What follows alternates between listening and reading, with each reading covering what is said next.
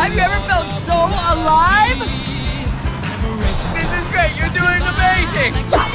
What's going on guys? Dako muna tayo sa pelikula na nag-iisang Sonic the Hedgehog. Ano-ano kaya ang mga maliliit na detalye at references ang nalagpasan mo sa unang pelikula niya? Tara, balikan natin to.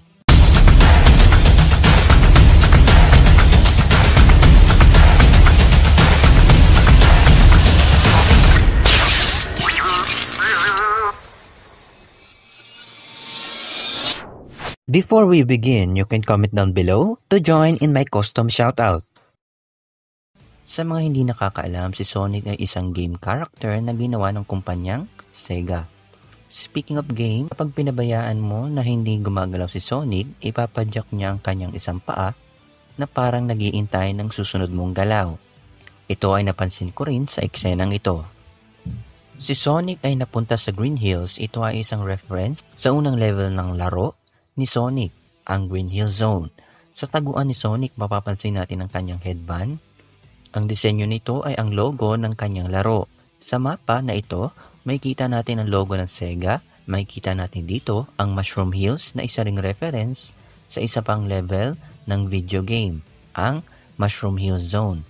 Kung maaalala nyo ang isa pang laro ni Sonic, ang larong Sonic Spinball, na kailanman hindi rin ako nanalo. Sa huling labanan, mapapansin natin na binubunggo-bunggo ni Sonic ang sasakyan ni Dr. Eggman na parang sa video game din. Speaking of Dr. Eggman, siya rin ang kalaban ni Sonic sa video game. Ang totoong pangalan ni Dr. Eggman ay Dr. Robotnik. Tinawag lang siyang Dr. Eggman ni Sonic dahil sa kanyang mga gadgets na hugis itlog. At matapos ang credit scene ay may kita natin ito. If these readings are accurate, he's here. I found him. I just hope I'm not too late.